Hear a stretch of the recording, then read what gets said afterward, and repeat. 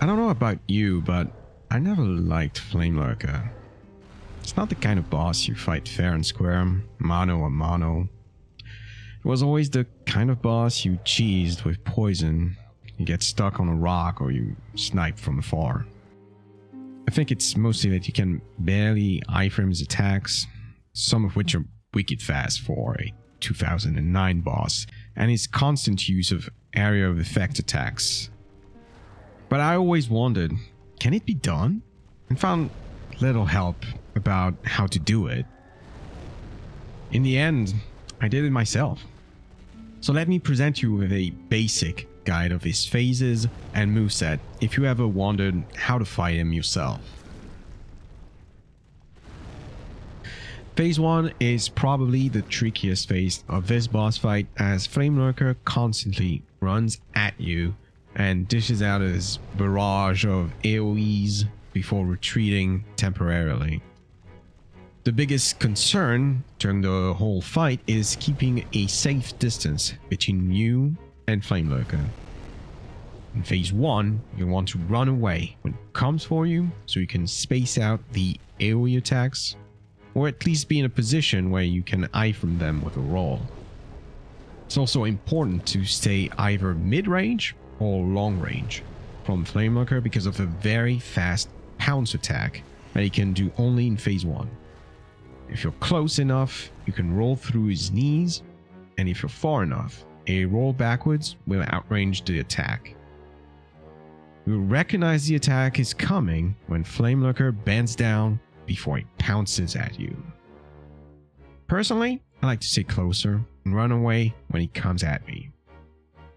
Here are the attacks that I punish. First is the left-handed AoE followed by a right hook. I only punish that one if I see the right hook follow-up.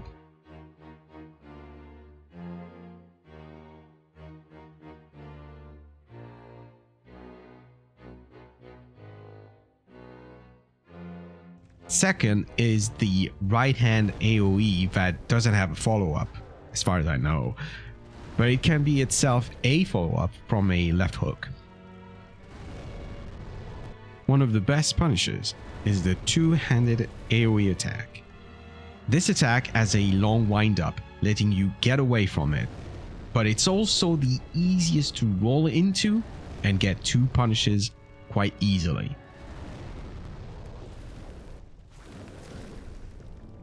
At about 55 to 50% health, Flamelurker enters phase 2, which is by far the easiest phase in my opinion.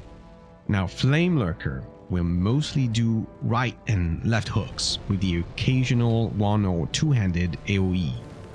Since the pounce attack disappears in this phase, I stay a little further away than in phase 1.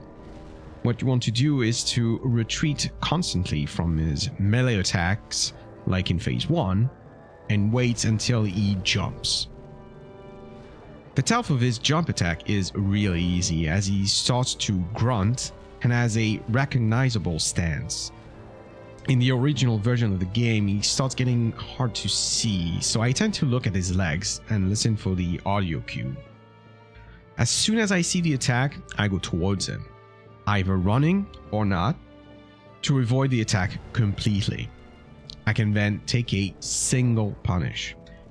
It's important you get away from him fast, because his backsteps and sidesteps all have hitboxes, and if you greed, you're likely going to get hit.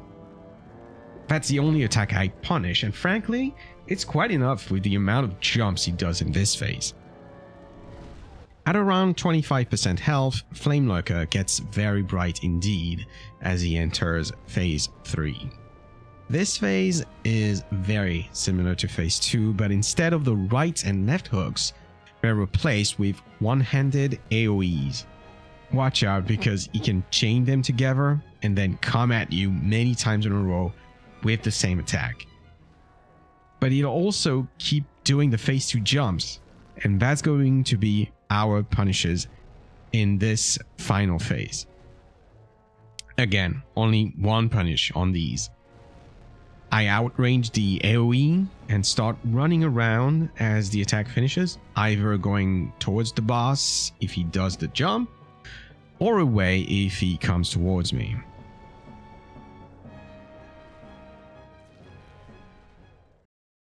And that's it.